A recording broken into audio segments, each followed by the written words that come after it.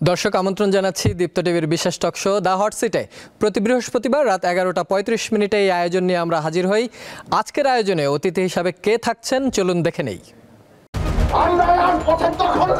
Zonayed Psaki বাংলাদেশের একজন প্রগতিশীল রাজনৈতিক নেতা, গণমানুষের অন্যতম বলিষ্ঠ কণ্ঠস্বর। তিনি গণসংহতি আন্দোলনের প্রধান সমন্বয়কারী এবং গণতান্ত্রিক ও সমতাভিত্তিক মূল্যবোধে বিশ্বাসী একজন সংগঠক। রাজনৈতিক জীবনের শুরু 1990 সালের স্বৈরাচার বিরোধী আন্দোলনের মধ্য দিয়ে। এরপর যুক্ত হন বাংলাদেশ ছাত্র ফেডারেশনে। 1991 সালে ঢাকা বিশ্ববিদ্যালয়ের পরিসংখ্যান বিভাগে ভর্তি হয়ে সক্রিয়ভাবে ছাত্র রাজনীতিতে যুক্ত হন। 1998 সালে তিনি ছাত্র ফেডারেশনের কেন্দ্রীয় সভাপতি নির্বাচিত হন এবং নেতৃত্ব দেন শিক্ষা ব্যয় বৃদ্ধি বিরোধী আন্দোলন, যৌন নিপীড়ন ও নারী শিক্ষার্থীদের উপর নির্যাতন বিরোধী আন্দোলন, তেল গ্যাস খনিজ সম্পদ রক্ষা ও সাম্রাজ্যবাদ বিরোধী আন্দোলনে। এছাড়াও নানান সময়ে বাংলাদেশের গণতন্ত্র, ধর্মীয় স্বাধীনতা ও সম্প্রীতি এবং অর্থনৈতিক ন্যায্যতার দৃঢ় এক কণ্ঠস্বর তিনি। 2002 সালের 29 আগস্ট গণতান্ত্রিক ও প্রগতিশীল রাজনৈতিক মঞ্চ হিসেবে প্রতিষ্ঠিত হয় গণসংহতি আন্দোলন। 2015 সালে গণসংহতি আন্দোলন রাজনৈতিক দল হিসেবে আত্মপ্রকাশের পর এক সাংগঠনিক সম্মেলনে তিনি এর প্রধান সমন্বয়কারীর দায়িত্ব আনুষ্ঠানিকভাবে গ্রহণ করেন, যদিও শুরু থেকেই দলটির মূল চালিকা শক্তি ছিলেন তিনি। 2015 সালে ঢাকার উত্তর সিটি কর্পোরেশনের মেয়র পদে এবং 2018 সালে ঢাকা 12 আসনে জাতীয় সংসদ নির্বাচনের প্রতিদ্বন্দ্বিতা করেন। বিজয়ী না হলেও তার রাজনীতি বিকল্পধারার নেতৃত্ব হিসেবে জনগণের সামনে নিজেকে প্রতিষ্ঠিত করেছে। তাই এখন কেবল একজন রাজনীতিবিদ নন, তিনি নতুন রাজনৈতিক ধারার প্রতীক। আমাদের দ্য হট সিটের আজকের পর্বের অতিথি জোনায়েদ সাকি। জোনায়েদ সাকি, প্রধান সমন্বয়কারী গণসংহতি আন্দোলন, আপনাকে স্বাগত জানাচ্ছি। সাকি ভাই, আপনাকেও ধন্যবাদ আমাদের এখানে সময় দেওয়ার জন্য। সাকি ভাই, একদম আপনার কোর প্রশ্নে চলে যেতে চাই। প্রথমেই, আপনার রাজনৈতিক দর্শন আসলে কি? ধন্যবাদ আপনাকে। সবাইকে সালাম এবং শুভেচ্ছা জানাই। আসসালামু আলাইকুম। আমরা ছাত্র জীবন থেকেই, বিশেষত আসলে রাজনীতিতে আগ্রহ শৈশব থেকেই ছিল, সেই কাহিনীতে আর না যাই।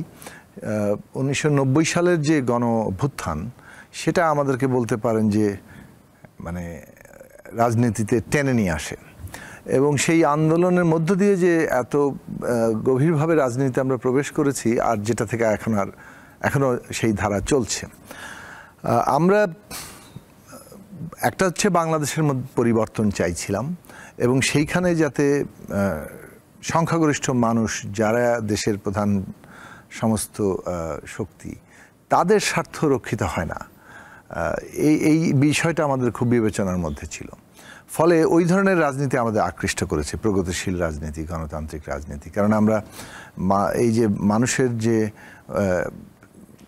মানে সমতার যে অধিকার কিংবা সমতার যে দাবি, সে আকাঙ্ক্ষা, সেইটা আমাদেরকে আকৃষ্ট করেছে।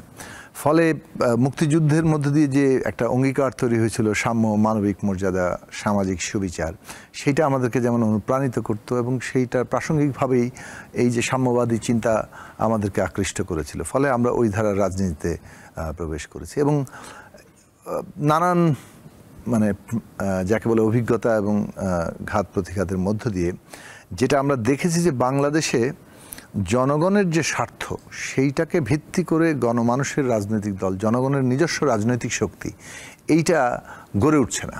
কেউ না কেউ, কোনো না কোনো পন্থী, কোনো না কোনো পক্ষ হয়ে দাঁড়াচ্ছেন এবং তার মধ্য দিয়ে তাদের রাজনীতি, গণমানুষের ভাষা, তার স্বার্থ, সেইটাকে ধারণ করা, সেটাকে এগিয়ে নিয়ে যাওয়া, সেই কাজটা সম্ভব হচ্ছে না।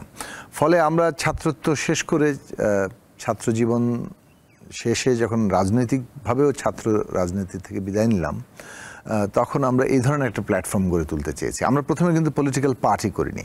2002 সালে এটা একটা গণসংহতি আন্দোলন একটা রাজনৈতিক মঞ্চের মতো ছিল, কিছু শ্রেণী মানে সংগঠনের একটা প্ল্যাটফর্ম। আমরা কাজ করতাম একটা জোট হিসেবে। এইখানে ছাত্র সংগঠন, শ্রমিক সংগঠন, পাঠচক্র, সাংস্কৃতিক সংগঠন, এরকম বিভিন্ন সংগঠন ছিল। আমাদের লক্ষ্য ছিল জনগণের পক্ষে আন্দোলন গড়ে তোলা এবং জনগণের নানান স্বার্থের প্রতিনিধিত্ব করার চেষ্টা করা এবং সেই আন্দোলনের প্রক্রিয়ার ভেতর থেকেই রাজনৈতিক দল গঠন হবে, এইটাই আমাদের আশাবাদ ছিল।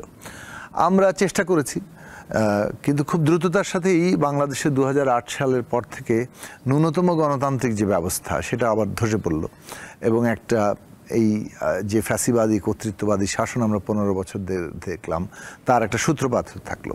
ফলে যে জায়গাতে আমরা এসে দাঁড়িয়েছি যে আমাদের রাজনৈতিক বিকাশ, যেটা আমরা আশা করেছিলাম যে একটা গণতান্ত্রিক রাজনীতি বিকশিত হবে, গণমানুষের দল গড়ে উঠবে, সেটা নানাভাবে কিন্তু ব্যাহত হয়েছে। কারণ পুরো রাজনীতি নানাভাবে দাবিয়ে রাখার চেষ্টা করা হয়েছে, যার ফলে আমাদেরও অনেকটা সময় নিতে হয়েছে এই লড়াইয়ের মধ্যে। 2015 সালে এসে আমরা তৃতীয় জাতীয় সম্মেলন করি এবং তখন আমরা আমাদেরকে রাজনৈতিক দল হিসেবে ঘোষণা করি। সে অনুযায়ী আমাদের যে আয়োজন সেটা করি এবং আমরা এমনকি নিবন্ধনের জন্য আবেদন করি। কিন্তু এগেইন গণতান্ত্রিক যে কোনো মানে কণ্ঠস্বরকে দাবিয়ে দেওয়ার চেষ্টা করা হয়েছে, ফলে আমাদের নিবন্ধন আটকে দেওয়া হয়েছে। আমরা আদালতের রায় পাওয়ার পরেও আমরা নিবন্ধন পাইনি শেখ হাসিনার আমলে। কেবলমাত্র 5ই আগস্টের এই গণ অভ্যুত্থানের পরেই আমরা আমাদের নিবন্ধন পেয়েছি আদালতের মাধ্যমে।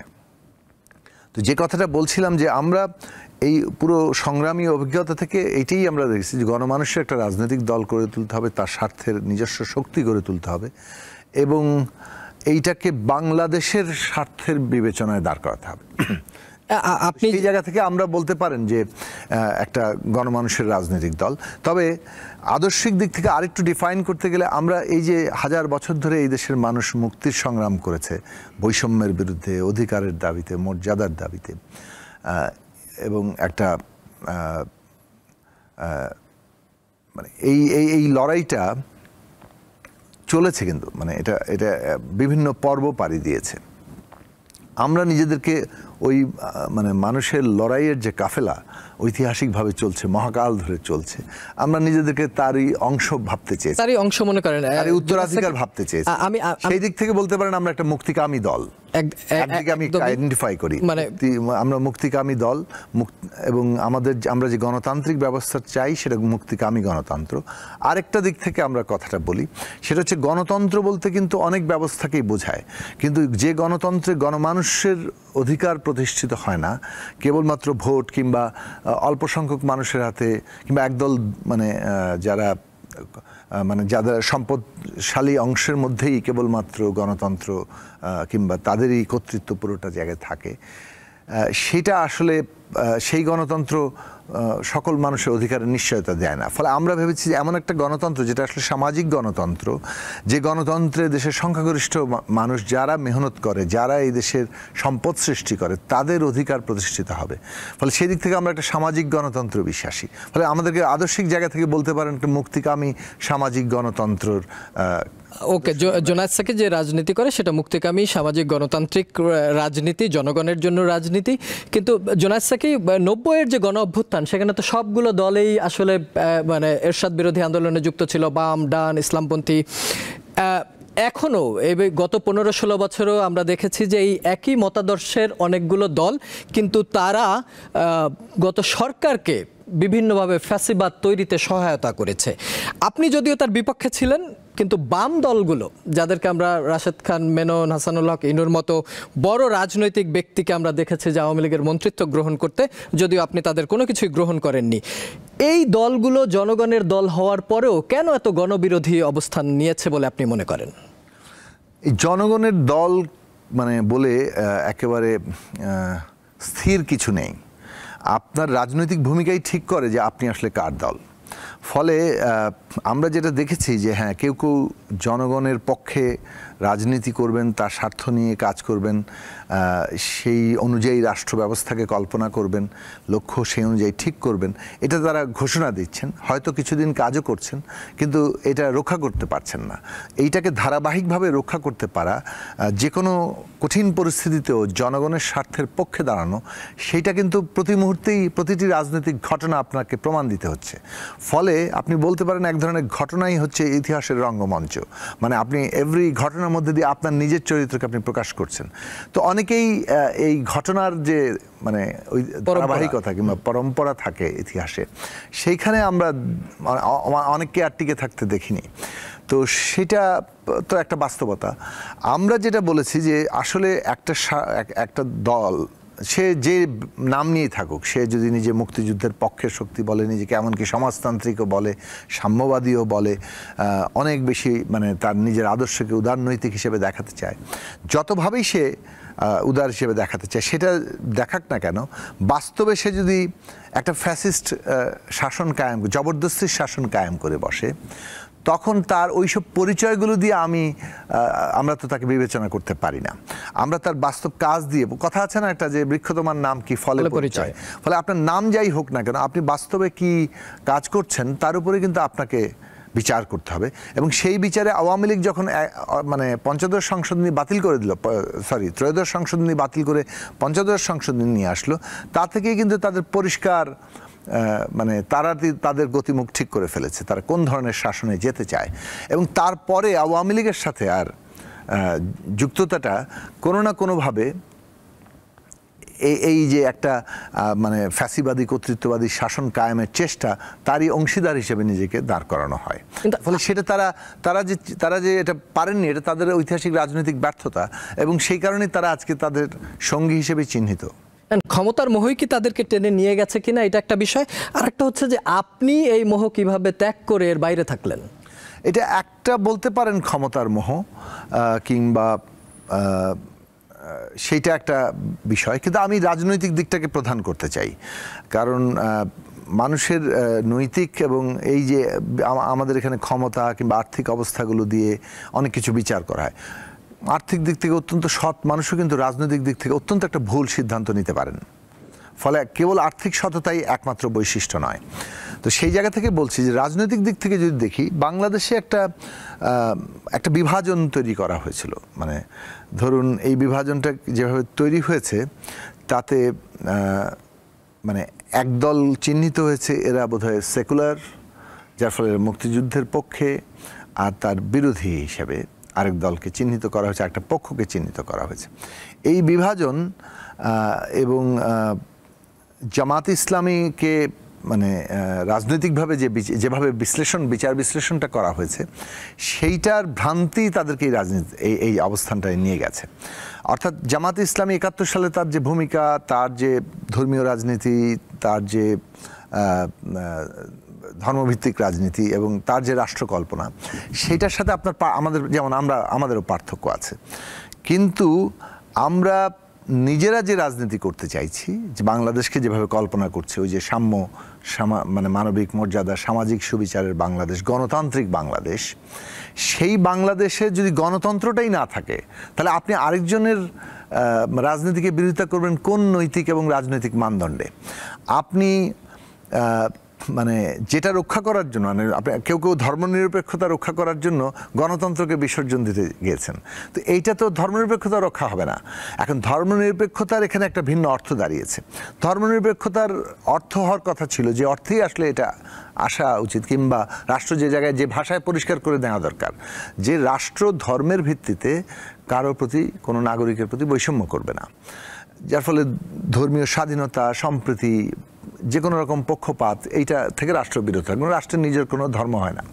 সেই জায়গা থেকে যে পজিশনটা নেওয়া দরকার, এবং সেটার মানে একেবারে আবশ্যকীয় একটা মানে শর্ত হচ্ছে যে আপনাকে গণতান্ত্রিক জায়গায় থাকতে হবে। আমার জানতে চাওয়া যে অনেকে অনেক কিছু বিসর্জন দিয়েছে। ভোটের অধিকার রক্ষা করতে গিয়ে, আমি শেষ করি, গণতন্ত্র এবং ভোটের অধিকারটা বাতিল করে দিয়ে আপনি ধর্মনিরপেক্ষতা রক্ষা করতে যাচ্ছেন। এই যে ভ্রান্ত রাজনীতি, সেই ভ্রান্ত রাজনীতি তাদেরকে এই জায়গায় নিয়ে গেছে। না, তার সাথে অন্যান্য সুবিধা আপনি যোগ করতে পারেন না, সেটা ঠিক আছে। আমার জানতে চাওয়া হচ্ছে, তো অনেকে অনেক কিছু বিসর্জন দিয়েছে, জোনায়েদ সাকি কি প্রস্তাব পেয়েছিল যেটা বিসর্জন দিয়ে সরকারে গেল না, থেকে গেল? দেখুন, প্রস্তাব কি, মানে প্রস্তাবের বিষয়টা তো বিবেচ্য বিষয় হবে তখনই যে আসলে প্রস্তাব দিয়ে যাদের কেনা যায়, মানে যে রাজনীতিটাকে ব্যক্তিগত স্বার্থের বিষয়ে পরিণত করে। আমরা আমাদের মানে রাজনীতিতে উদ্বুদ্ধই হয়েছিলাম যে এটা ঠিক ব্যক্তিগত স্বার্থ প্রতিপন্ন করার কোনো মাধ্যম না। ব্যক্তিগত স্বার্থ বলতে আমার ব্যক্তিগত প্রতিষ্ঠা কিংবা অর্থবিত্ত আয় করা, এইটা তো আরেকটা জীবনের যে কারোর পেশা হতে পারে। কিন্তু রাজনৈতিক কাজে আমরা এই উদ্দেশ্যে আসি নাই, কিংবা রাজনীতির মাধ্যমে এই ব্যক্তিগত স্বার্থ। এখন ধরুন আপনি রাজনৈতিকভাবে কোনো একটা যদি কোনো একটা প্রতিষ্ঠানে কিংবা কোনো একটা পদে যান, একজন সংসদ সদস্য হন, একজন মন্ত্রী হন কিংবা প্রধানমন্ত্রী হন, তখন আপনার তো নিশ্চয়ই কিছু বেতন, অনারিয়াম ইত্যাদি সুযোগ সুবিধা আছে, সেটা সরকারিভাবে নির্ধারিত। কিন্তু রাজনৈতিক জায়গা থেকে কেউ যদি সার্বক্ষণিক হয়, তাহলে হয়তো পার্টি তাকে একটা অনারিয়াম দেয় তার জীবন ধারণের জন্য। কিন্তু রাজনৈতিক অবস্থান কিংবা ক্ষমতা ব্যবহার করে আমি ঠিক ব্যক্তিগত সম্পদ সৃষ্টি করব কিংবা কোনো একটা নিজের কোনো ব্যক্তিগত লক্ষ্য অর্জন করব, এইটা আমাদের রাজনীতিতে আসার যে প্রাথমিক প্রেরণা এবং আমাদের পুরো ওরিয়েন্টেশন তার সাথে সরাসরি সাংঘর্ষিক। ফলে এটার বিবেচনাই আমাদের মধ্যে কাজ করে নাই। তার মানে অনেক আদর্শিক নেতাকে কেনা গেল, জোনায়েদ সাকিকে কেনা যায়নি, যে কারণে জোনায়েদ সাকি সরকারের পার্ট হয়নি বিগত ফ্যাসিস্ট সরকারের। আরেকটা বিষয় হচ্ছে যে বিগত আমলে অনেক সাংবাদিক বা অনেক রাজনৈতিক ব্যক্তিবর্গ ছোট ছোট সরকারের বিরুদ্ধে উক্তি করার পরে গুম হয়ে গেছে, হারিয়ে গেছে। জোনায়েদ সাকি রাজপথে সবসময় কথা বলে গেছে, উঁচু গলায় কথা বলেছে, সমাবেশ করেছে সরকারের বিরুদ্ধে। কিন্তু জোনায়েদ সাকি কেন গুম হয়ে যায়নি বা জোনায়েদ সাকিকে কেন উঠিয়ে নিয়ে যাওয়া হয়নি, এর পেছনে কি সরকারের সাথে আলাদা কোনো আতাত ছিল জোনায়েদ সাকির? সেটা তো ওনারা জবাব দিতে পারবে, আমার পক্ষে জবাব দেওয়া তো খুব কঠিন। কিন্তু আমাদের কাছে মনে হচ্ছে যে আমরা তো রাজনীতি করছি, আমাদের একটা পলিটিক্যাল পজিশন আছে এবং সেই পজিশন থেকে পলিটিক্যালি একটা প্রতিপক্ষকে বিবেচনা করেছি আমরা সবসময়। আমরা বহুভাবে নির্যাতিত হয়েছি, গ্রেফতারও আটকও কয়েকবার হয়েছি, কিন্তু প্রশ্ন সেটা না যে নির্যাতন আটক হওয়া থেকে যে আমরা খুব বিরত, আমাদেরকে বাদ দেওয়া হয়েছে তা না, স্পেয়ার করেনি। কিন্তু জনগণের সংগঠিত করাটাকে খুব স্পষ্ট ট্রান্সপ্যারেন্ট জায়গায় আমরা রাখার চেষ্টা করেছি। ফলে এইটাও একটা জায়গা তৈরি হয়েছিল যে আমাদেরকে ধরা খুব মুশকিল ছিল। আমাদেরকে আপনি একেবারে গুম করে ফেলার জায়গাটাতে হয়তো বা যেতে পারতো, সেই পরিস্থিতি সর্বশেষ পর্যায়ে কিন্তু তৈরি হয়েছিল। আপনি হয়তো জানেন না যে 19শে জুলাই আমরা যখন 2024 অভ্যুত্থান চলাকালীন সময় এই আন্দোলনে 19 তারিখে আমরা যখন 18 তারিখের এই হত্যাযজ্ঞের পরে আমরা ওই দিনও বলেছিলাম, বাট 19 তারিখে আমরা সমাবেশ করে বললাম এই সরকারকে আর এটার পদত্যাগ ছাড়া আর এখানে আর কোনো, এক দফায় চলে গেলেন। কিন্তু আমরা তখনও পর্যন্ত ছাত্রদের যেহেতু ছাত্ররা তাদের আন্দোলন নেতৃত্ব দিচ্ছে এবং ছাত্ররা বলছিল তারা রাজনৈতিক কোনো দল কিংবা রাজনৈতিক আন্দোলনের লেজুন না, অর্থাৎ তারা ইন্ডিপেন্ডেন্টলি করছেন, সেই জায়গা থেকে আমরা আবার এটা চেষ্টা করিনি যে আমাদের রাজনীতিটা ছাত্র আন্দোলনের মধ্যে চাপিয়ে দিতে।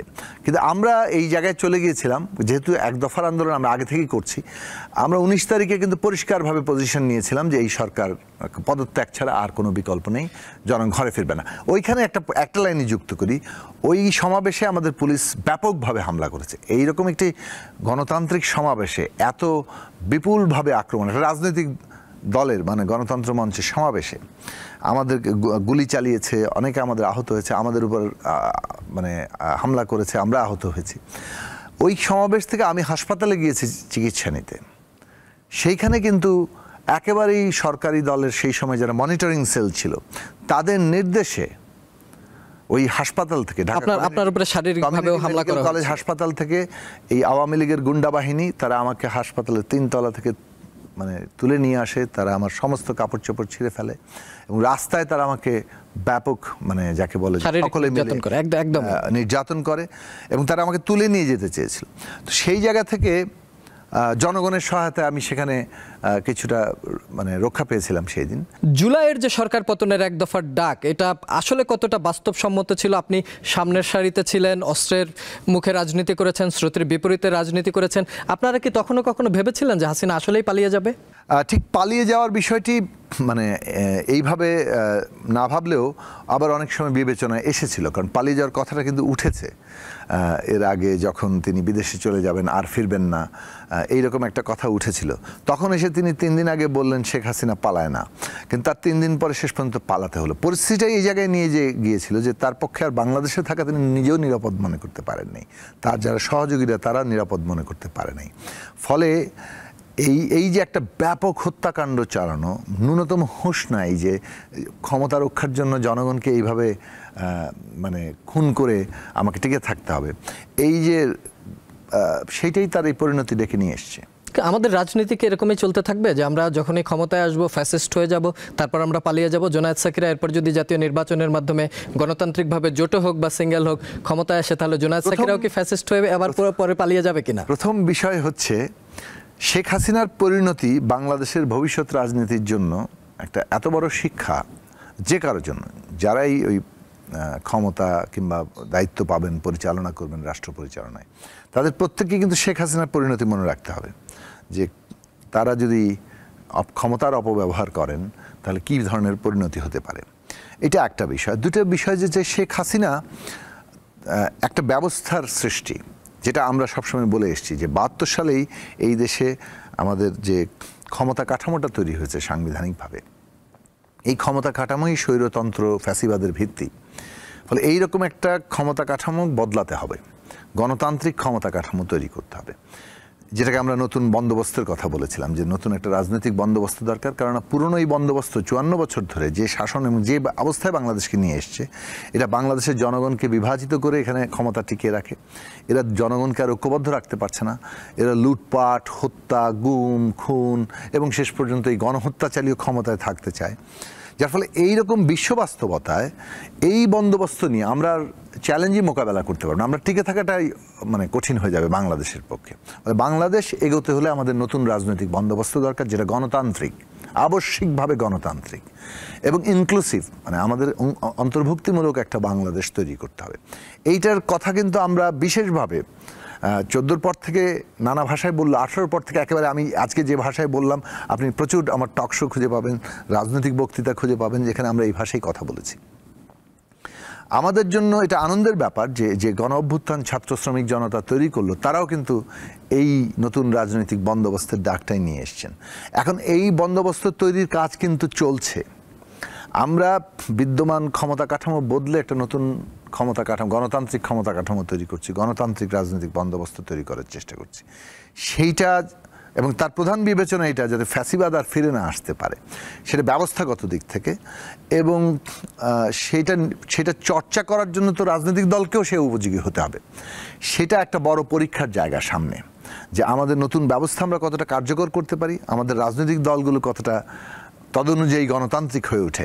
এবং সেইখানে এটার সবার উদাহরণটা আবারও বললাম যে শেখ হাসিনার পরিণতি সবার জন্য কিন্তু একটা শিক্ষা এবং বার্তা হিসেবে থাকবে, যে এটা যদি আমরা না করি তাহলে আমাদের পরিণতি কি হতে পারে। আর সবচেয়ে সবার আগে যে কোনো রাজনৈতিক কর্মীর কিংবা বাংলাদেশের প্রতিটি নাগরিকের ভাবা উচিত যে বাংলাদেশ আজকে যে অবস্থায় আছে, যদি এগোতে হয় তাহলে আমাদেরকে এই গণতান্ত্রিক ব্যবস্থা এবং গণতান্ত্রিক একটা বন্দোবস্তেই যেতে হবে। 2024-এর জুলাই পর্যন্ত জোনায়েদ সাকির যে কণ্ঠস্বর ছিল, সেই কণ্ঠস্বর কি একটু নিশ্চুপ হয়ে গেছে?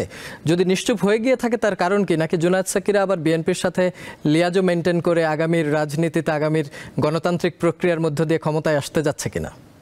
দেখুন, 24-এর 5ই আগস্টের অভ্যুত্থানের পরেই খুব অল্প সময়ের মধ্যেই আমরা যে কথাটা বলেছিলাম যে আমাদের ফ্যাসিবাদী সরকারের পতন ঘটেছে, কিন্তু ফ্যাসিবাদী যে ব্যবস্থার উপরে তারা দাঁড়িয়েছিল সেটার পতন ঘটেনি। সেখানে আমাদেরকে একটা ব্যবস্থা বদলাতে হবে, নতুন বন্দোবস্ত করতে হবে এবং সেটা কিন্তু ঐক্যবদ্ধভাবে করতে হবে। কোনো একটা একক দল এই অভ্যুত্থান নেতৃত্ব দেয়নি অথবা পুরোটা তাদের কর্তৃত্বের মধ্যে নেই। সেখানে ছাত্র শ্রমিক জনতা যেভাবে যুক্ত হয়েছে, সেখানে তো এটা একটা স্বতঃস্ফূর্ত একটা জায়গা, সেখানে তো দলগতভাবে কিছু হয় নাই। সেখান থেকে ছাত্রদের একটা অংশ দল গঠন করেছে, সেটা পরবর্তীকালের বিষয়। এখন যে পক্ষগুলো এখানে আছে এবং রাজনৈতিক পক্ষের বাইরে যে সাধারণ ছাত্র শ্রমিক জনতা আছে, আমরা তো একটা কালেকটিভ জায়গা থেকে এই লড়াইটা হয়েছে, এই কালেকটিভ জায়গাটা রক্ষা করা দরকার। ফলে আমরা বলেছি যে এই মুহূর্তে একটা ন্যূনতম জাতীয় ঐকমত্য, আমাদের ঐকমত্য রাখতে হবে। এই ন্যূনতম জাতীয় ঐকমত্য না থাকলে আমাদের পক্ষে এই যে একটা ডেমোক্রেটিক ট্রানজিশন, একটা উত্তরণ, এইটা আমরা বাধাগ্রস্ত হতে পারে। আমাদের মধ্যেকার বিভেদ ফ্যাসিবাদী পতিত ফ্যাসিস্ট শক্তিকে, তাদের বিদেশি মুরব্বীরা, তারা এই সুযোগগুলো গ্রহণ করতে পারে। ফলে আমাদের ঐক্যবদ্ধরা, আমাদের পার্থক্য কিছু তো আছে, ফলে বিরোধও আছে, বিরোধ মাঝে মাঝে বেরিয়ে যাচ্ছে এবং অনেক দল সচেতন না এবং তাদের মাঝে মাঝেই তারা এমন বিরোধ সৃষ্টি করে রাজনীতির অনিশ্চয়তা তৈরি হয়ে যাচ্ছে। কিন্তু এবং মনে হচ্ছে যে একটা অনিশ্চিত পরিস্থিতি দিকে আমরা হাঁটছি। আপনারা গত কয়েক মাসের মধ্যে এটা কয়েকবার এই প্রশ্নটা উঠেছে এবং আমরা এই গণসংহতি আন্দোলনের পক্ষ থেকে বারবার এই কথাটা বলেছি, ন্যূনতম জাতীয় ঐকমত্য রক্ষা করতে হবে। কারণ আমরা একটা উত্তরণ পর্বে আছি। সেই উত্তরণ পর্বে 5ই আগস্ট পর্যন্ত আমরা বলবো যে আমরা একটা জাতীয় সনদ করতে চাচ্ছি, যে জাতীয় সনদের ন্যূনতম কিশোর সংস্কারে আমরা ঐকমত্য হলাম, সেটা ঠিক হবে। দ্বিমতগুলো নিয়ে আমরা জনগণের কাছে যাব। ডেফিনেটলি এই সময়কালেও কিন্তু সরকার এবং বিভিন্ন রাজনৈতিক পক্ষের যতগুলো অন্যায় কাজ আমরা দেখেছি সেগুলোকে আমরা সমালোচনা করেছি, সেগুলো আমরা মানে নানাভাবে তার বিরোধিতা করেছি, নিন্দা জানিয়েছি, কোথাও কোথাও এমনকি রাজনৈতিক সভা সমাবেশ করে সেগুলোর প্রতিবাদ জানিয়েছি। কিন্তু মূলত ঐক্যের জায়গাটাকে আমরা রক্ষা করতে চেয়েছি। এই উত্তরণকালীন পর্বে আমাদের একটা গুরুত্বপূর্ণ রাজনৈতিক অঙ্গীকার।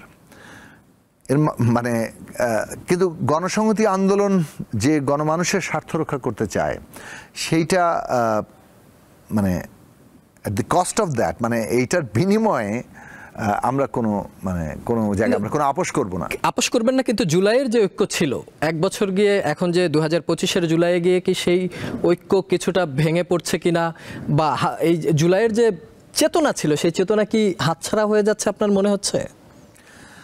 দেখুন, মানে ঐক্যে আমি বলবো যে ঠিক আগের মতনই অনেক ফাটল ধরেছে এবং সেটা গণতান্ত্রিক রাজনীতিতে যে বিরোধিতার জায়গাটা থাকে সেই জায়গা থেকে সেটার বেশি প্রাধান্য পেয়ে যাচ্ছে। আমরা বলছি যে সেটা প্রাধান্য পাবে না তা না, সেটা যে গুরুত্ব পাবে না এটা অনিবার্য বাস্তবতা, এটা আসবে। কিন্তু আমাদের সচেতনভাবে ঐক্য রক্ষা করতে হবে, অন্তত পক্ষে একটা ন্যূনতম মানে জাতীয় সমঝোতা কিংবা কনসেনসাস সেইটা আসা পর্যন্ত, এবং সেটার সময়সীমাও ঠিক করা হয়েছে। 5ই আগস্টের মধ্যে আমরা একটা জাতীয় সনদ ঘোষণা করতে চাই যেখানে আমাদের ন্যূনতম কনসেনসাস আছে। যেই নির্বাচনে ক্ষমতায় আসুক, যে সংসদই গঠিত হোক, মানে জনপ্রতিনিধিরা এই কনসেনসাস বাস্তবায়ন করবে, এটা কিন্তু অঙ্গীকার হবে। ফলে অতটুকু মিনিমাম অ্যাচিভমেন্টের উপর দাঁড়িয়ে ডেমোক্রেটিক পলিটিক্সে যে বিরোধিতার জায়গাগুলো থাকে, সমালোচনার জায়গাগুলো থাকে, একে অপরের বিরুদ্ধে এমনকি লড়াই থাকে, সেইগুলো অনিবার্যভাবে আসবে এবং আমরাও আমাদের ভূমিকার জায়গাটা স্পষ্ট করব। কিন্তু আমরা মনে করি যে একটা দায়িত্বশীল রাজনীতির জায়গায় একটা দেশ যখন একটা গণতান্ত্রিক পুনর্গঠনে আছে, রাষ্ট্র যখন একটা পুনর্গঠনের প্রক্রিয়া আছে, তখন দায়িত্বশীলতা খুব গুরুত্বপূর্ণ। মানে বাংলাদেশের স্বার্থ, জনগণের স্বার্থ, এইটাকে প্রায়োরিটি দিয়ে পলিটিক্স করতে গেলে অবশ্যই এই মুহূর্তে ন্যূনতম জাতীয় ঐক্যের রক্ষা করাটা আপনার প্রধান হওয়া উচিত। এবং যারা এটা প্রধান করছে না তারা বাংলাদেশের প্রতি, জনগণের প্রতি দায়িত্বশীল। ঐকমত্য কমিশনের প্রতিটি মিটিংয়েই আপনি থাকেন। ঐকমত্য কমিশনে আপনার কি মনে হয় যে সব দলগুলো যে আলোচনা হচ্ছে তাতে এই সুনির্দিষ্ট তারিখের মধ্যে ঐকমত্যে পৌঁছানো সম্ভব হবে ন্যূনতম জায়গায়, এবং জুলাই সনদও এই 3 তারিখ বা 5 তারিখের মধ্যে হয়ে যাবে? এটা ঐকমত্য কমিশনের যারা দায়িত্বপ্রাপ্ত তারা তো প্রতিদিনই বলছেন যেটা আমাদের করতে হবে। আমরাও গতদিনও এটা আলোচনা হয়েছে যে আমাদের হাতে এখন যা সময় আছে এবং জুলাই মাসে মানে যেভাবে জুলাই আগস্ট অভ্যুত্থানের প্রথম বার্ষিকীকে যথাযোগ্য মর্যাদায় উদযাপনের যে কর্মসূচিগুলো আছে তাতে এই কাজটা আমাদের জন্য খুব টাইট হয়ে যাচ্ছে এখন, কিন্তু এটা আমাদের করতেই হবে। যার ফলে প্রত্যেকেই কিভাবে সময়কে সর্বোচ্চ ব্যবহার করে হোমওয়ার্ক করে কতটা সময়টা কাজে লাগানো যায় সেটার চেষ্টা করতে হবে। এবং রাজনৈতিক দলগুলোর মধ্যে সব বিষয়ে যে ঐকমত্য হবে তা কিন্তু না, এইটা আমাদের মানতে হবে যে সব বিষয়ে আমাদের ঐকমত্য হবে না। পার্থক্য আছে বলেই তো ঐক্যের প্রশ্নটা আছে। ফলে কনসেনসাস একটা যতটুকুতে হবে।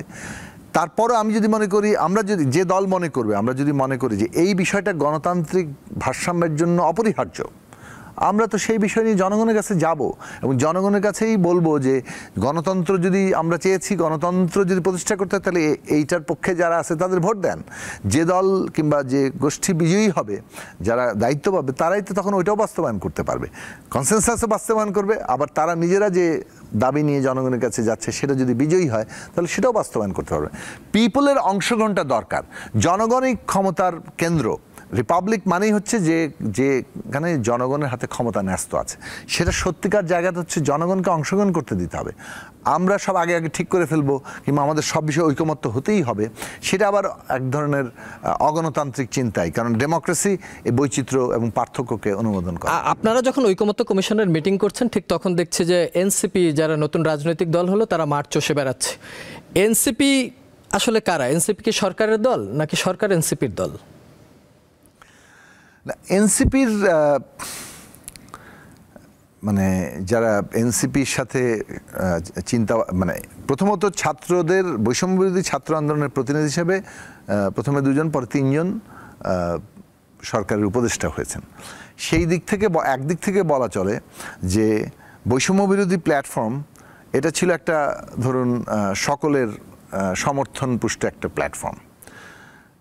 তারা যখন সরকারে গেল তখনও ওইভাবেই গ্রহণ করা হয়েছিল যে তারা আসলে ঠিক কোনো রাজনৈতিক পক্ষ নয়, কিন্তু যখন ওখান থেকে একটা রাজনৈতিক দল গঠিত হলো তখন তারা একটা রাজনৈতিক পক্ষ হয়ে উঠেছিল। সে কারণে প্রশ্নটা উঠেছিল যে তাহলে আর আপনারা সরকারে থেকেন না। এখন যদি কেউ বলে যে মাহফুজ কিংবা আসিফ মাহমুদ সজীব ভুঁইয়া তারা ঠিক এনসিপি না, এটা আসলে আপনি বলার জন্য বলতে পারেন, হয়তো একটা টেকনিক্যাল প্রমাণ দিতে পারেন যে কই তারা তো এনসিপির মেম্বারশিপ নেয়নি, কিন্তু এটা তো খুবই মানে সহজে বোধগম্য ব্যাপার যে তারা একটা কাঠামোর মধ্যে ছিলেন এবং তারা একই চিন্তা করেন, এবং তারা যদি ওই মন্ত্রিসভা থেকে আসেন হয়তো সম্ভবত এনসিপিতেই তারা যাবেন। তো এই জায়গাটা একটা নতুন বাস্তবতা তৈরি করেছে যে সরকার আসলে মানে এনসিপি এবং সরকারের মধ্যে যে সম্পর্কটা, সেই সম্পর্কটা কিন্তু এখন একটা বাস্তব ব্যাপার। এখন এই জায়গা কিন্তু এনসিপির জন্য খুব ভালো জায়গা না। এটা আমরা শুরু থেকে, আমরা যখন এনসিপি গঠিত হচ্ছে তো আমাদের পক্ষ থেকে আমরা এটা বলেছি যে আপনারা সরকার থেকে পদত্যাগ করে এসে রাজনৈতিক দল গঠন করেন, সেটা বরং জনগণের কাছে অনেক গ্রহণযোগ্য হবে, না হলে নানা ধরনের সমালোচনার মুখে আপনাদের পড়তে হবে। জুলাই আন্দোলনের পর বিএনপিকে আপনি কিভাবে মূল্যায়ন করছেন? বিএনপির নামে বিভিন্ন জায়গায় কমিটি নিয়ে মানে সংঘর্ষের বিষয় আছে, চাঁদাবাজির বিষয় আছে, সংস্কার নিয়ে পক্ষে বিপক্ষে মতামত আছে। বিএনপি সম্পর্কে আপনার মূল্যায়ন কি?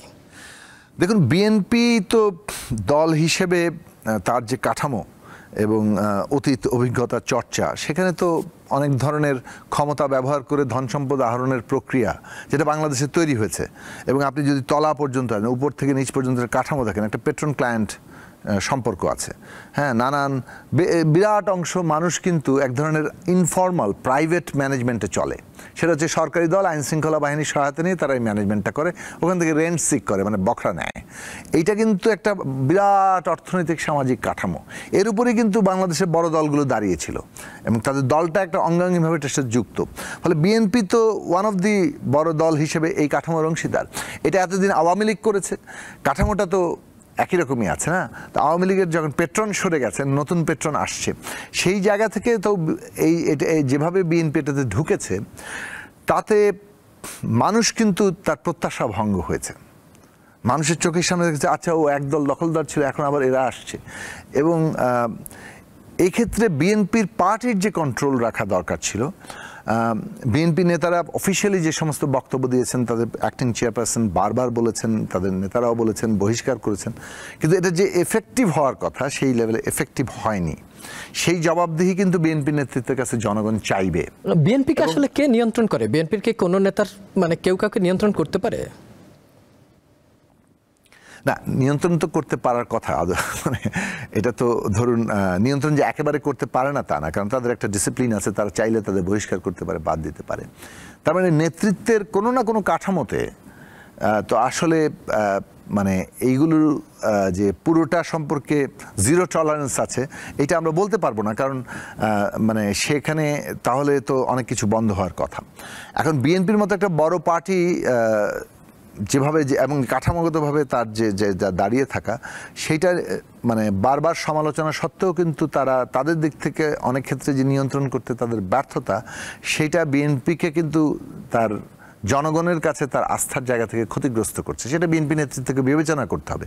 ফলে আগামী দিনে বিএনপি কিভাবে মানুষের কাছে যাবে, এবং ইতিমধ্যেই ক্ষমতায় যাওয়ার আগেই তারা যেভাবে মানে সমালোচনার মুখে পড়েছে, সেইটা তাদেরকে অবশ্যই বিবেচনার মধ্যে নিতে হবে। সেটা না নিলে তাদের রাজনৈতিক ভবিষ্যৎ কিন্তু মানে ডেফিনেটলি এটার দ্বারা প্রভাবিত হবে। হয়তো তারেক রহমান দেশে ফিরলে সেই জায়গায় হয়তো নেতৃত্ব শূন্যতার জায়গা হয়তো পূরণ হতে পারে, একটা ইয়ে হতে পারে। আরেকটা হচ্ছে বাংলাদেশে যারা বামপন্থী রাজনীতি করে বা বামপন্থী যে দলগুলো আছে, এই দলগুলোর সাথে আমরা সবসময় দেখি যে ডানপন্থী বা ইসলামপন্থী দলগুলোর একটা বড় দূরত্ব রয়েছে, এবং বিশ্ববিদ্যালয় ক্যাম্পাসগুলো ধরেন ছাত্র শিবির, ছাত্র দল, ছাত্র ইউনিয়ন, ছাত্র ফেডারেশন, প্রত্যেকের সাথে প্রত্যেকের দূরত্ব রয়েছে। এই দূরত্বগুলো কি কমিয়ে আনা সম্ভব বলে মনে হয় আপনার? দূরত্ব কমে কখন? যখন একটা অভিন্ন লক্ষ্য তৈরি হয়। আবার দূরত্ব বেড়ে যায় যখন আপনি একে অপরের বিরুদ্ধে লড়তে হয় কিংবা আপনার পক্ষ আপনি বদল ঘটে। এইটা কিন্তু স্বাভাবিক ব্যাপার গণতান্ত্রিক রাজনীতিতে। সবাই সবসময় খালি ঐক্য করতে থাকবে তা তো না। ডেমোক্রেটিক পলিটিক্সে অবস্থানের বদল ঘটবে, সেই অনুযায়ী কিছুটা প্রতিপক্ষতা তৈরি হতে হবে। কিন্তু সীমারেখাটা কি? আপনি যখন সীমাটা ছাড়াবেন, অর্থাৎ গণতান্ত্রিক চর্চার চৌহদ্দি বেরিয়ে যেয়ে আপনি কর্তৃত্ব করতে চাইবেন, জবরদস্তি করতে চাইবেন, তখন তো আপনাকে আমরা গণতান্ত্রিক শক্তি হিসেবে নেব না। এখন বিএনপি যেমন ধরুন আমরা যেটা জবাবদিহি চাইছি, যে ক্ষমতার ভারসাম্য হলে জবাবদিহিটা হয়, সেই ক্ষমতার ভারসাম্য আমরা যে জায়গায় চাইছি, বিএনপির সাথে অনেক বিষয়ে ঐকমত্য হচ্ছে না, আবার অন্যান্য দলের সাথেও হচ্ছে না। জামাত ইসলামী কিংবা অন্যান্য দলের বিভিন্ন বিষয়ে বিভিন্ন রকম অবস্থান আছে। এখন এই পার্থক্যগুলোর মধ্যে ঐক্যবদ্ধ জায়গাটা তো তৈরি করতে হবে, সেইটা আমরা চেষ্টা করছি। আর এই পার্থক্যগুলোর বিচার কিন্তু শেষ পর্যন্ত জনগণ করবেন, কারণ মানে কোন দল তার বেশি স্বার্থ রক্ষা করছে। এইটা তো তাও রুলস অফ দি গেম নিয়ে, মানে আমরা যে বিষয় নিয়ে এখন আলোচনা করছি, রাজনৈতিক দলগুলো কিংবা দেশের অন্যান্য সমাজেরও মতামত নেওয়া হচ্ছে, সেই মতামতগুলো যা আসছে সব কিন্তু হচ্ছে মূলত শাসন ব্যবস্থা কিংবা ক্ষমতা ব্যবস্থাটা, রাষ্ট্র ব্যবস্থাটা কীভাবে পরিচালিত হবে, তার আইন কানুন, তার কাঠামো, ক্ষমতার যে ভারসাম্য, অথবা কার কাছে কতটুকু ক্ষমতা থাকবে ইত্যাদি। সেই জায়গাটা একটা, এটাকে বলতে পারেন রুলস অফ দি গেম, মানে রাজনীতির নিয়মটা আমরা ঠিক করা হচ্ছে। কিন্তু ধরুন দেশের অর্থনীতি কীভাবে চলবে, মানুষে মানুষের সম্পর্ক কিভাবে হবে, সামাজিক ব্যবস্থা কিভাবে চলবে, সেই জায়গাতে এবং অনেকগুলো গুরুতর রাজনৈতিক প্রশ্নেও পার্থক্য কিন্তু থাকবে, কারণ সেটাই আদর্শিক পার্থক্য, এটা সবসময় থাকবে। এই পার্থক্যের জায়গার বিচারটাই তো জনগণ ঠিক করবে, কোন দল তার দল। একদমই। আপনারা গণমানুষের রাজনীতি করেন, কিন্তু ভোটের মাঠে আপনাদের এই রাজনীতিটা গণমানুষের হয়ে ওঠে না কেন? এটা কি রাজনৈতিক ব্যর্থতা মনে করেন? এই কারণে বলছি, আপনারা যখন নির্বাচনে যখন ভোটের হিসাবটা হয়, আসলে ম্যাথমেটিক্যাল হিসাবটা হয়, তখন দেখা যায় যে আপনাদের ভোটের অংশটা খুব কম থাকে। আপনি দুবার নির্বাচন করেছেন, দুবার বলতে একবার জাতীয় নির্বাচন, একবার মেয়র নির্বাচন করেছেন, সেই জায়গাতে ভোটের হারটা খুবই পুয়ার ছিল। এইটা কেন হয়? এটা কি আপনাদের কোনো রাজনৈতিক ব্যর্থতা কিনা? মানে ব্যক্তিগতভাবে আমার কথা যদি বলেন, তাহলে আমি যে দুটো নির্বাচনে প্রার্থী হিসেবে ছিলাম, 2015 সালে ঢাকা নর্থের মেয়রাল ইলেকশন আর 2018 সালে ন্যাশনাল ইলেকশন, দুইটা নির্বাচনই তো মানে মানে এটা কোনো মানদণ্ডই না, মানে এটা দিয়ে বিচার করা যাবে না। কারণ হচ্ছে যে 15 সালেও ব্যাপক কারচুপির নির্বাচন হয়েছে, 18 সাল তো মধ্যরাতের ভোট ডাকাতি হয়েছে, ওখানে তো কোনো ভোটই হয়নি। ফলে এই দুইটা দিয়ে বিচার করা যাবে না আসলে আমাদের ভোট কত। এক, দুই হচ্ছে সাধারণভাবে যখন একটা গণতান্ত্রিক শক্তি কিন্তু একটা গণতান্ত্রিক ব্যবস্থায় মানে সে বেঁচে থাকে, বিকশিত হয়, কিন্তু গণতান্ত্রিক ব্যবস্থা যদি না থাকে তাহলে কিন্তু গণতান্ত্রিক শক্তির বিকাশ হবে না। এইটা হচ্ছে একটা বড় জায়গা। ফলে ওইটা একটা বড় বিষয়ের জায়গা যে গণতান্ত্রিক শক্তি হিসেবে আমরা আসলে যেহেতু অনুকূল পরিবেশটা আমাদের জন্য একেবারেই প্রতিকূল পরিবেশ ছিল, সেটা আমাদেরকে নানাভাবে বাধাগ্রস্ত করেছে। আরেকটা জিনিস হয়েছে যে এই অগণতান্ত্রিক ব্যবস্থা এবং আমাদের দেশের যে অর্থনৈতিক কাঠামোটা এখনো ক্রিয়াশীল, সেই অর্থনৈতিক কাঠামো জনগণের মধ্যে স্বাধীনভাবে মত প্রকাশ করতে, তার অবস্থান গ্রহণ করতে নানা ধরনের বাধা তার সৃষ্টি করে। এটা কেবল আমাদের প্রশ্ন না, মানে আমাকে যে সমর্থন করবে সে আসলে স্বাধীনভাবে কাজটা, মুক্তভাবে এটা করতে পারছে কিনা, তার যে সামাজিক অর্থনৈতিক নানান ক্ষমতার কাঠামোর মধ্যে সে যেভাবে আটকে পড়ে থাকে, মানে তার অস্তিত্ব যেভাবে বাধা থাকে, তার ফলে তার ওইটাকে অতিক্রম করে শেষে ভোট দেওয়াটা একটা বড় ধরনের ধাক্কা লাগে, বড় ধরনের উত্থান ঘটতে হয় মানুষের। সেই জায়গাটা মানে তৈরি করাটাই আমাদের কাজ ছিল, এবং 24-এর গণ অভ্যুত্থান এইটা অনেকটুকু তৈরি করেছে বলে আমরা বিশ্বাস করি। না সেটা ধরেন ফলে তৈরি আমরা- হয়েছে, কিন্তু আমরা ভোটের মাঠের যে ভোটের জায়গাটা আমি বলতে চাচ্ছিলাম যে ভোটের জায়গাটা তো নিশ্চয়ই এখন পর্যন্ত তৈরি হয়নি, এবং এই কারণেই কি না, ছোট আমরা একটু ভিন্ন কথা বলছি। না আমি এটার সাথে একটু আমরা প্রশ্নটা গত যুক্ত এক করে বছর- দিই, হ্যাঁ, বল। প্রশ্নটা যুক্ত করে দিই, এই কারণেই কি ছোট দলগুলো পিআর সিস্টেমের পক্ষে তাদের মতামত ব্যক্ত করছে কিনা, বা যদি পিআর সিস্টেম চালু হয় সেই ক্ষেত্রে আপনাদের মতো দলগুলোর জন্য কি সুবিধা হবে কিনা? দেখুন, পিআর সিস্টেমটা হচ্ছে যে আমরা যে মডেল ফলো করি, যে ফার্স্ট পাস্ট দি পোস্ট, মানে এইটাই কিন্তু গণতন্ত্রের একমাত্র মডেল না। মানে এখানে আসলে এই যে মানে পৃথিবীর গণতান্ত্রিক দেশগুলোর মধ্যে প্রায় 80-এর উপরে দেশে আপনার সংখ্যানুপাতিক কিংবা পিআর সিস্টেম চালু আছে। সিস্টেম চালু আছে। এখন পিআর সিস্টেমে যেটা ঘটে, জনগণের অধিকাংশ মানে সকল অংশের একটা মতামতের প্রতিফলন ঘটার সুযোগ তৈরি হয়। আপনি ফার্স্ট পাস দিবেন, তো আপনি এক ভোট বেশি পেলে তো আপনি মানে চলে যাচ্ছেন। আপনি 49 জন, মানে 100 জনের মধ্যে 51 পেলে আপনি পেয়ে যাচ্ছেন, 49টা ভোটের কিন্তু মূল্যটা থাকছে না। সেই প্রতিনিধিত্বটা নিশ্চিত হয়। গণতন্ত্র কেবল কিন্তু সংখ্যাগরিষ্ঠের শাসন নয়, গণতন্ত্র মানুষের হ্যাঁ সংখ্যাগরিষ্ঠ দায়িত্বভার পাচ্ছে, কিন্তু সংখ্যালঘিষ্ঠের অধিকারও কিন্তু সেখানে প্রতিষ্ঠিত থাকছে, এবং সংখ্যালঘিষ্ঠ যে থাকছে অর্থাৎ বিরোধী দল যে হচ্ছে তারাও গণতান্ত্রিক ক্ষমতা ব্যবস্থার গুরুত্বপূর্ণ অংশ।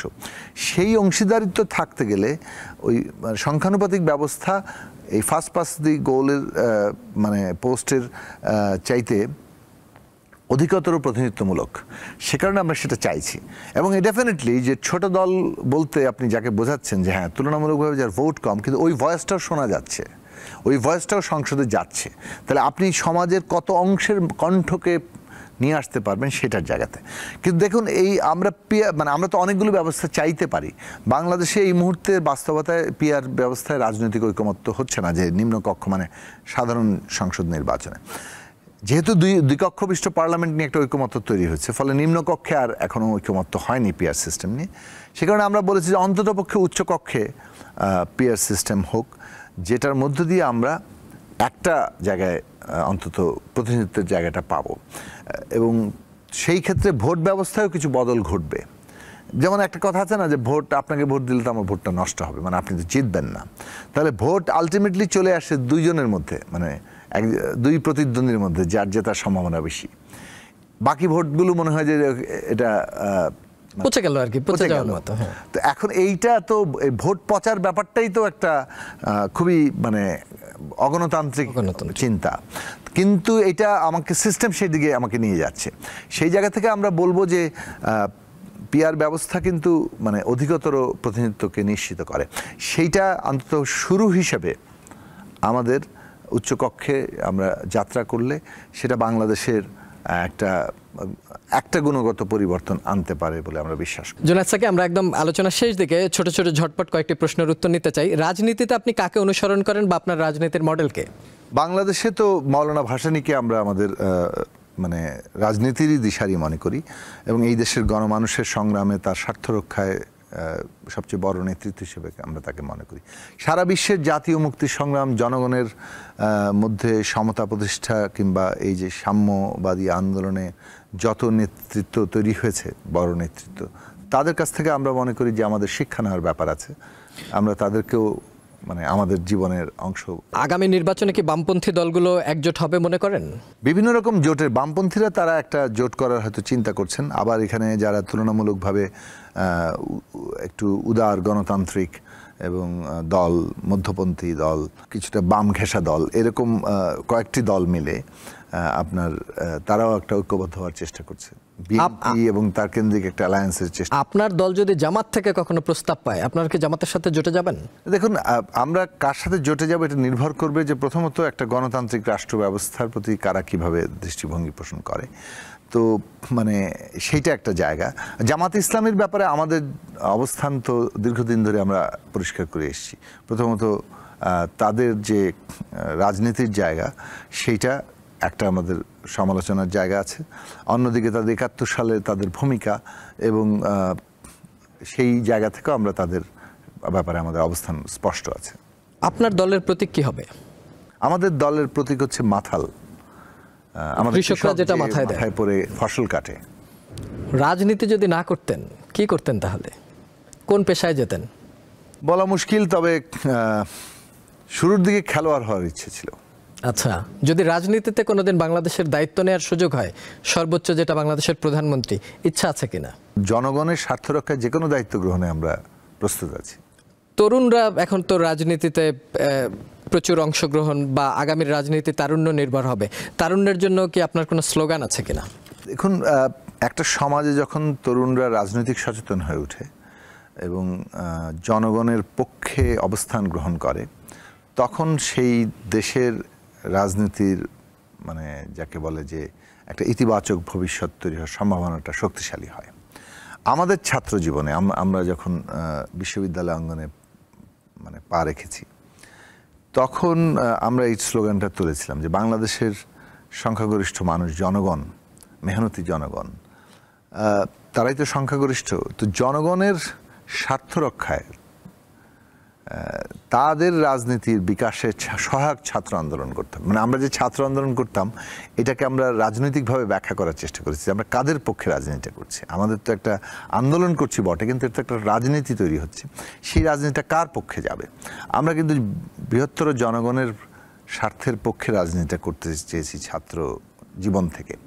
আমরা এখনও সেই তরুণদেরকে ওই কথাটা বলবো যে আজকের তরুণরা বাংলাদেশের একটা ইতিবাচক ভবিষ্যৎ তৈরি করতে পারবে যদি তরুণদের সমস্ত সক্রিয়তা, চিন্তা এবং বাস্তব তৎপরতা, সেটা তারা যদি জনগণের বৃহত্তর স্বার্থের পক্ষে পরিচালিত করে। একদম শেষ প্রশ্ন করতে চাই জুনায়েদ সাকি, সেটা হচ্ছে ফেব্রুয়ারিতে নির্বাচন হবে কিনা, এটা আপনি বিশ্বাস করেন কিনা? এখন যে বেশ কিছু জায়গায় আমরা মবের সংস্কৃতি দেখছি, আইন শৃঙ্খলা পরিস্থিতি দেখছি, এগুলো সব ছাপিয়ে উঠে ফেব্রুয়ারিতে নির্বাচন হয়ে গণতান্ত্রিক কারো কাছে ক্ষমতা হস্তান্তর হবে বলে এটা আপনি মনে করেন কিনা? দেখুন, বর্তমান অন্তর্বর্তী সরকারের মাননীয় প্রধান উপদেষ্টা তিনি বলেছেন ইতিমধ্যে যে ডিসেম্বর থেকে জুনের মধ্যে নির্বাচন হবে এবং এই ব্যাপারে তারা বদ্ধপরিকর। এবং আমরা নিজেরা হিসেব করে দেখিয়েছি যে রোজার আগেই নির্বাচনের তারিখ ঘোষণা করলে সেটাই হবে সবচেয়ে উপযুক্ত সময়, এর পরের সময় আর উপযুক্ত নয়। এবং ইতিমধ্যে তিনি সে ইঙ্গিতও দিয়েছেন যে রোজার আগে আমরা সেইটা, তার মানে ফেব্রুয়ারির মধ্যবর্তী সময়ের মধ্যে নির্বাচন হবে, এটা আমরা বিশ্বাস রাখতে চাই। এবং এটা প্রয়োজনীয় এই দিক থেকে যে আমাদের সংস্কার কাজ যেভাবে এগোচ্ছে, বিচার প্রক্রিয়া যেভাবে এগোচ্ছে, তাতে আমরা এই দুটোর মানে যে একটা মানে এটা একটা এক্সটেনশন, সম্পর্কিত বিচার সংস্কার এবং নির্বাচন একটা সম্পর্কিত বিষয়। কাজে এটা সম্পন্ন করতে গেলে নির্বাচনটাও শেষ করতে হবে এবং সেটার মধ্যে যে বাংলাদেশে একটা রাজনৈতিক স্থিতিশীলতা আসবে, যেটা আমাদের অর্থনীতির জন্য অত্যন্ত জরুরি। আমরা কিন্তু অর্থনৈতিক দিক থেকে অনেকগুলো চ্যালেঞ্জের মুখোমুখি। সবগুলো দিক থেকে বিবেচনা করলে আমাদের রাজনৈতিক স্থিতিশীলতা আমাদের ভবিষ্যৎ অর্থনৈতিক বিকাশের জন্য খুব জরুরি প্রশ্ন। ফলে এই প্রক্রিয়াটা আমরা বিশ্বাস রাখতে চাই। অনেক ধন্যবাদ জুনায়েদ সাকি, প্রধান সমন্বয়কারী গণসংহতি আন্দোলন। আপনার শত ব্যস্ততার মধ্যে দীপ্ত টেলিভিশনকে সময় দিয়েছেন, এজন্য কৃতজ্ঞতা জানাচ্ছি। আপনাদেরও ধন্যবাদ আমাকে আমন্ত্রণ জানানোর জন্য। দর্শক, এই ছিল আজকের দ্য হট সিট। আমাদের অতিথি ছিলেন জুনায়েদ সাকি, প্রধান সমন্বয়কারী গণসংহতি আন্দোলন।